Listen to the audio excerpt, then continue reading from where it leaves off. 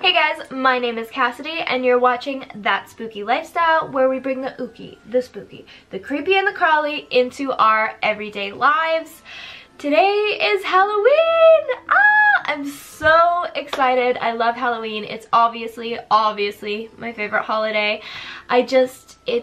It's just my favorite. You can be whatever you want to be today and the entire world just goes, yeah, if you want to be a ketchup bottle today, you get to be a ketchup bottle today.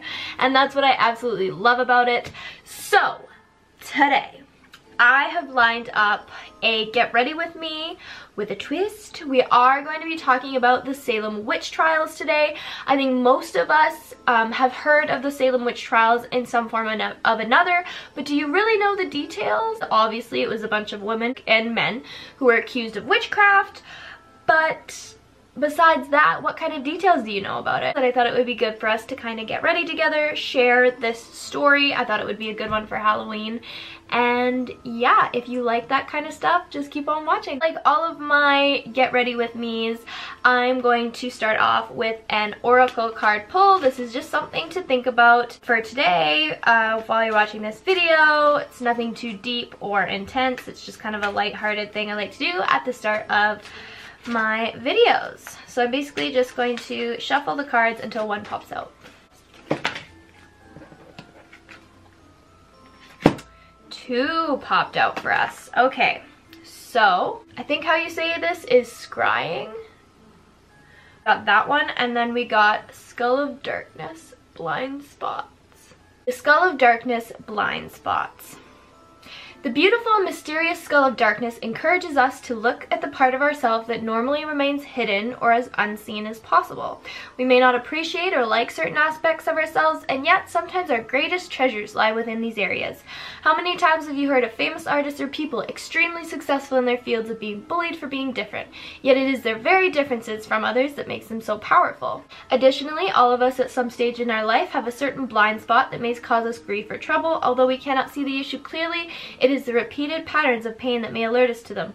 Symptoms, if you will. For example, the same things keep happening over and over again. We may be betrayed repeatedly, fail at something repeatedly, not complete tasks continually. Peace and pattern breaking can be achieved by doing the work and uncovering our blind spot, or even consulting trusted and close friends or professionals to assist us in what we cannot.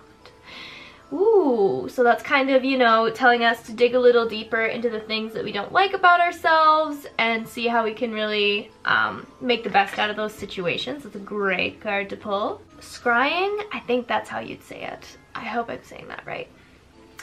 So this is the divination technique of seeing unconscious images from the divine or supernatural appearing upon or within a surface. People scry into crystal balls or black mirrors, water, even the surface of ice. It is a very ancient technique and one traditionally enacted on Samhain. Oh my god, which is Halloween. Girl, what are the chances we pull this card? Come on now. Come on now. The keys to effective scrying are being as relaxed as possible, minimizing possible distractions, softening your gaze, and allowing. Should you pull the scrying card, I suggest you try it for starters. It also indicates that you may wish to develop your intuition further and not rely solely on the logical part of your mind for all the answers. True wisdom takes a balance of logic, imagination, and intuition. Ooh, maybe to find, you know, that little dark piece in you that you'd like to work on, you should try scrying. This is so crazy. Okay, so these are what you want to think on for the rest of this video, the rest of today. Just a quick little something to get us started. And yeah, let's hop right into this story, guys. Okay, guys. So, the Salem Witch Trials. I like to start these off by talking about what we already know about them. I think the most general blanket statement of what people know is that it was a long time ago in Salem, Massachusetts, where a bunch of people were accused of witchcraft and ended up getting... Oh, shit. Forgot to add this. People were getting accused of witchcraft and were actually getting killed because of it. I think that's the most general blanket statement that most people know about. The Salem Witch Trials started in 1692 and ended in 1693, which is interesting because I thought it lasted longer than that, but it really didn't. It was in colonial Massachusetts. the community in Salem at that time was very religious, but it did have a number of different religions in it at the time, and there was a bunch of unrest between the different families as well, who also had different religions, because it was just, you know, the regular over wealth and stuff. People wanted more money, and that's basically been humankind's struggle forever, essentially. More than 200 people in Salem and the surrounding area were accused of witchcraft, and 20 people ended up being killed because of it. The witchcraft craze started in Europe in the 1300s and started ending late 1600s. So when the Salem Witch Trials happened, it was actually when the witch craze was ending in Europe. But again, like the religious and family kind of reasons, there was tension in Salem anyways.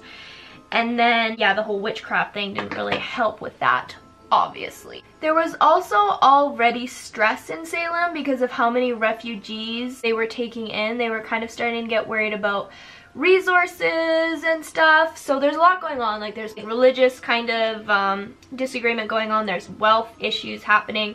And then they're getting more refugees. So then people are starting to get worried about resources. Like it's just a very unstable time already. And so the first ordained minister of Salem was Reverend Paris. And he had a 9-year-old daughter and an 11-year-old niece. And what ended up happening is they started having these really weird fits where it was kind of almost like seizures, like they couldn't control their body, they were contorting their bodies in really weird ways. They were like screaming and yelling, but it was kind of like they were making like no sense, and it was just very odd at the time. It came off very supernatural, so a lot of people were quite worried at the time. People also didn't really like this minister because he was very strict and like very set in his ways, and he was also kind of greedy and just, you know, kind of like a slime ball, if we're all being totally honest. So anyways, his daughter and his niece ended up having these fits, and they had a doctor come over to examine them, and the doctor said that it was probably because they were bewitched. Now, this is just me, but I feel as though he had no idea what the fuck it was, so he was just like, supernatural, I guess, girl. I can't explain it. So that's at least the vibe I got from the article I read, is that like he couldn't explain it, so he was just like, they could be bewitched. It was a different time. You have to remember, 1600s was not like it is today. Word got out that these two girls were having fits and that the doctor thought it could be because of witchcraft. So then two other ministers, it wasn't Reverend Paris, it was two other ones, came in to question the girls about who they think could have done this. And it does kind of sound like they were kind of pressuring the girls so that they could get an answer and kind of get to the bottom of why these kind of attacks on their body were happening and like what the heck was going on there. I will say that it does kind of sound like they were a little bit pressured into kind of giving these ministers an answer, because obviously if it is witchcraft, they wanted to get to the bottom of it. And these girls ended up blaming 3 women in the community for witchcraft, like saying that, yeah, we've seen these people in our dreams, and like these are the 3 women who we think are the witches. So one of them was Reverend Paris's slave, and then another one was a like kind of a homeless woman, and then the third woman was just an elderly woman in the community. But they were all sort of women who weren't like, how do I say, like easily accepted into the community, like the homeless person, the slave, and then this other elderly woman. Like, they were just kind of outsiders. That's the word I'm looking for. So it did, in their minds, make sense. Like, oh yeah, that would make sense that those people could be witches. Like, which it doesn't make sense, but back then I think to them they were just like, oh yeah, these people who don't fit in, totally, it's totally them. So again, it does kind of sound like these young girls were a bit like pressured by these magistrate people to give them an answer. So I really think that they just kind of picked, at the start anyways, I really think they just picked people that they knew wouldn't really cause too much of a stir if they ended up being witches, you know. So these 3 ladies that the 2 girls pointed out as witches were then hunted down and interrogated for 7 days, which is crazy. You even see, like, on Netflix, like, people who get interrogated or have been getting interrogated even much more recently is really intense. So I can't even imagine what it would have been like back then. Like, you just gotta feel bad, because that would have been just an awful, especially if you already don't feel like part of the community, and then all of a sudden these 2 little dickwads are being like, you're a bunch of witches, and you're like, wait, what? When did this happen? 2 of the women did plead innocent. The homeless woman and the elderly woman, they both stuck to their guns and were like, we're not witches. Like, what are you talking about? However, the 3rd girl, Reverend Paris's slave, she did an oopsie doopsie whoopsie. You know what I'm saying? Like, she kind of cracked under pressure and said that she had been plagued by really awful dreams. She'd been seeing like these really big black dogs. She'd been seeing like blood red cats and yellow birds. And she said that a big black shadowy man came to her in her dreams and asked her to sign his book. And she did end up admitting that she did sign his book. So obviously the Salem magistrate was like, you're a witch. Like, that was a confession, you're a witch. However, unfortunately for the other girls, she also said that there were other people in Salem who were also witches. So these other women also got accused of, or like also were sentenced as guilty, even though they pled innocent the whole time, and there was never ever really any real evidence against them, except that this one girl kind of cracked under pressure and was like, yeah, I've been having these crazy dreams. She basically kind of screwed everybody in that one. Not that she should have even been in that situation to begin with, but I'm just saying it didn't help. Obviously, this started the whole witch pandemic, because especially since she said there are other people in Salem like trying to take down the Puritans, which was I think it was one of the bigger religions in this community at that time.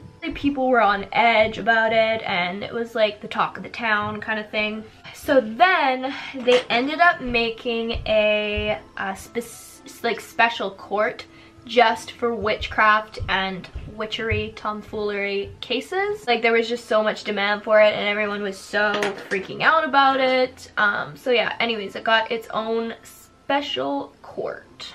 So the special court was made in May, and it consisted of 8 judges. So if you were accused of witchcraft, you would have to wait until your court date, and then you would go to the special court and you would plead your case in front of these 8 judges. Yeah, you'd basically have to convince them, which, good luck with that, that you weren't a witch. Do you want to know what the kicker is? At this time, they used spectral evidence. That's what they called it. Spectral evidence. Do you want to know what that is? Take a guess. I'll give you a couple of seconds to take a guess.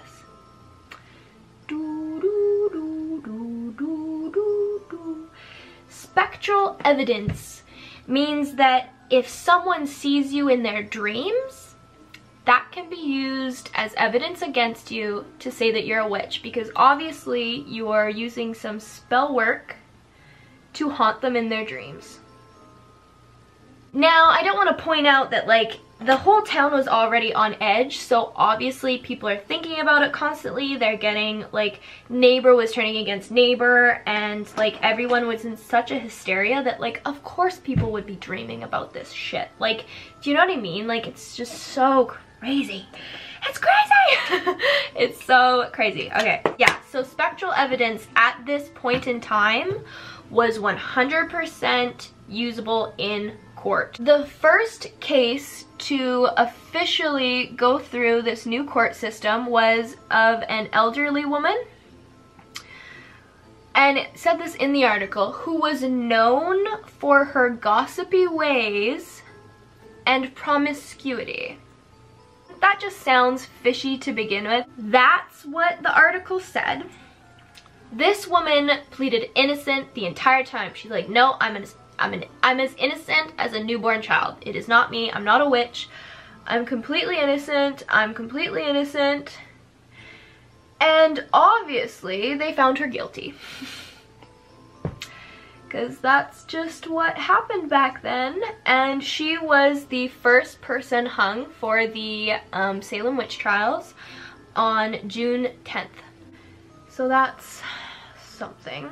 This new court started in May, and the first person was hung at the beginning of June. Isn't that crazy? Now, I will say there was one respected minister at this time who did write in and pleaded that they not use spectral evidence, like, in court cases, because he personally just thought that, like, it wasn't a strong enough evidence to use in cases this severe. He wrote in, asked them to not use it. They denied his request and continued to use spectral evidence to convict people of witchcraft. After he wrote in, 5 more people were hung because they were convicted of witchcraft using this spectral evidence. So even though these 2 young girls, these are the girls who are accusing a bunch of the people, by the way, keep that in mind. Even though they were the ones who were having, like, the spastic attacks and freaking out and all that, and I did say at the beginning they did seem heavily influenced by, like, pressure from the ministrate, it is kind of looked at now that they might have had a lot of influence from their parents, or their parents were pushing them to say certain things, because a lot of the people who were convicted of witchcraft were people who, like, didn't get along with Reverend Paris, or he wanted them out of the way, because once you were convicted of witchcraft, you lost a lot of your wealth and money. Like, that didn't end up going to your family. I think the, like, Salem ministrate ended up, like, taking some of it. Like, I'm not entirely sure how that worked, but a couple articles I read did touch on that, so it does kind of have a very, like, snake-ish feel to it, you know? Okay, so even though this Salem witch hunt started in Salem, it quickly spread to neighboring towns such as Ipswich and Boston. There was a bunch of little villages that were all around each other, and people would be convicted of witchcraft in whatever town they were, and then they'd get moved to Salem to go through this special court and be put on trial to see if they were a witch or not. So in June, between the Salem jail, Boston jail, and the jail in Ipswich, they had 200 200 accused people of witchcraft, and they had to spread all of them out between the different jails because there were so many of them that they literally could not all fit in one jail. You'd almost wonder, like, at this point, aren't we all witches? You know, like, if there's that many people, like... And this is, again, like, back in 1692, 1693. It's not like there were millions and millions and millions of people in these places like there are now. Like, I didn't even know the population. I had to look it up because it's like, literally, how many of you are left that aren't convicted? Like, what the heck? I don't know. Just seems, at what point do you go, maybe this is a bit silly? Like, is everybody a witch at this point, you know? But it was very much like that. Like, people were so just on edge about it. And it really was like you couldn't trust anyone, you know? And as you can imagine, everyone in these jails wasn't treated real great. A lot of them were chained to the walls or chained up because the people at the time believed that if they were chained up, their spirit wouldn't be able to flee and torture their victims, basically. Like, if their mortal body was bound, it was kind of like their spiritual body was too, I guess. I'm not sure what doctor confirmed or denied those allegations, but like, how do you even... So everyone who was waiting for trial was also just in really rough conditions. They were in literally like torture chambers, chained to the wall.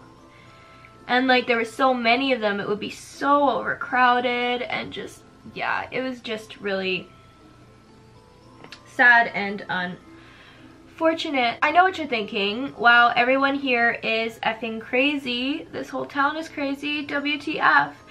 And it actually turns out, when you dig into it more, there were a lot of people in the town who weren't crazy and didn't believe in witchcraft at all, and they thought these witch trials were complete bogus and were completely like against your human rights. And like, there were literally people who thought that in this time. And most of them ended up being convicted of witchcraft, because if you didn't believe in the trials, then you were obviously a witch, because you were against what the Puritans were trying to do.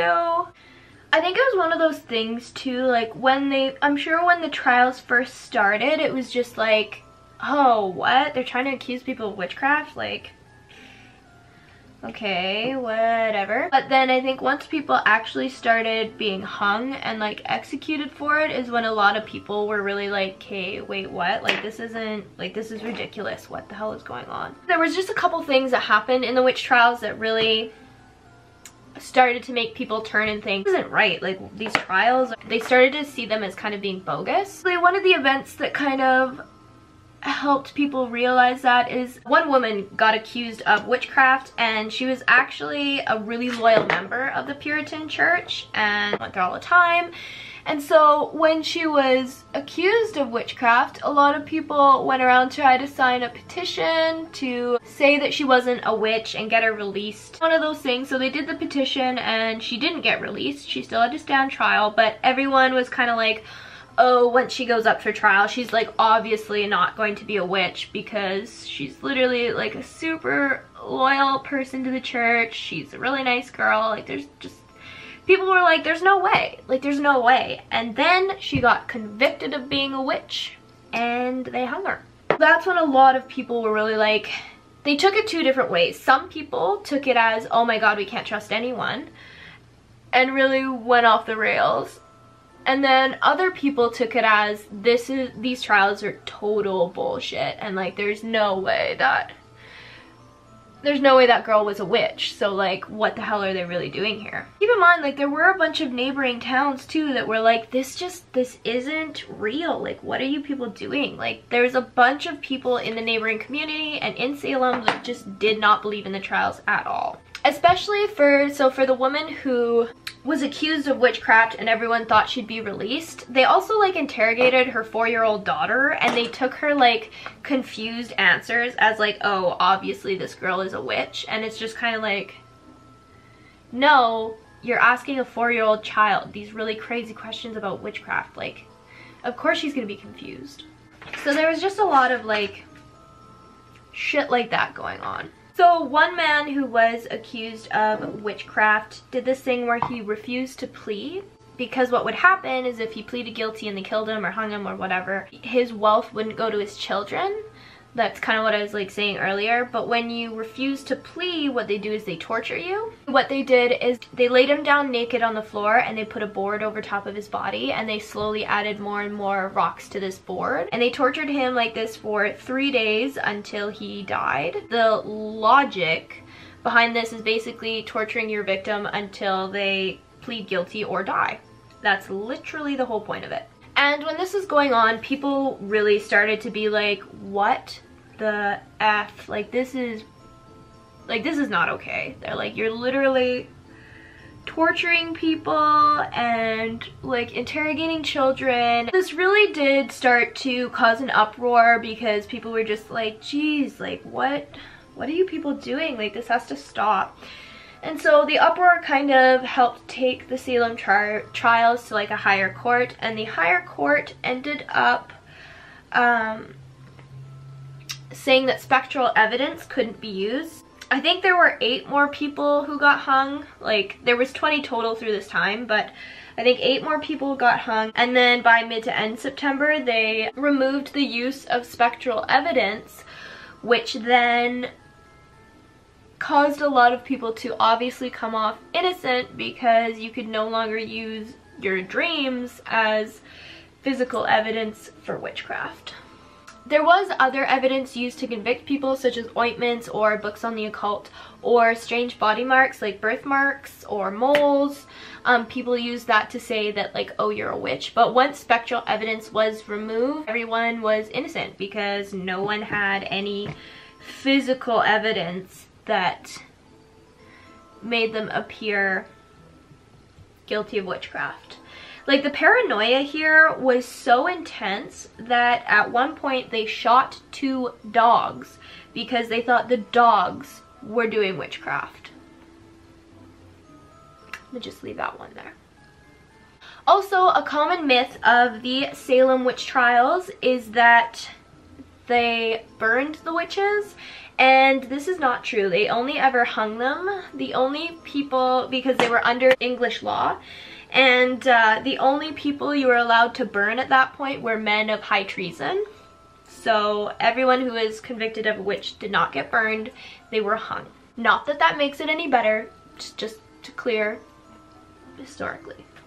The irony of it all is that immediately after the trials, the entire colony was hit really hard, with a lot of hardships, because during the trials, everyday chores kind of started to trail off as people were really involved in these trials and what was happening. So they had a couple of years of like really bad crops, and they were under attack by a native tribe that was right next to them, so they were always in like constant fear of that. And yeah, because the trials went on and people were more concerned about witchcraft than, you know, growing crops, the entire colony was hit really hard, and a lot of people thought it was God punishing them for doing these stupid trials. Eventually, the colony did own up and say that the trials were wrong, and there were a number of public apologies made, and some of the families were compensated, but like still. So then that kind of begs the question as to like, so why did this happen? And there are a couple suggestions. Some scientists say, you know, maybe it was like epileptic seizures that the girls were having.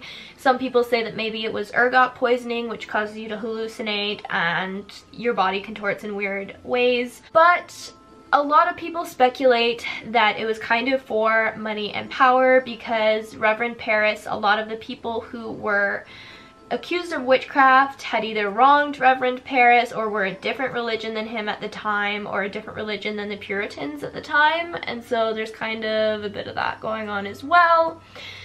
So yeah, guys, that is the kind of rundown I have of the Salem Witch Trials. Let me know your thoughts. It's kind of crazy when you think about it. Like, the mass hysteria that went on is just like, and the fact that people who like knew it was crazy and knew how insane it was were then getting accused of witchcraft, like, what do you do in that situation? It's just like, man, it was just crazy though. It's a crazy story, guys. Let me know your thoughts down below. Thank you so much for hanging out with me. Thank you for watching this video.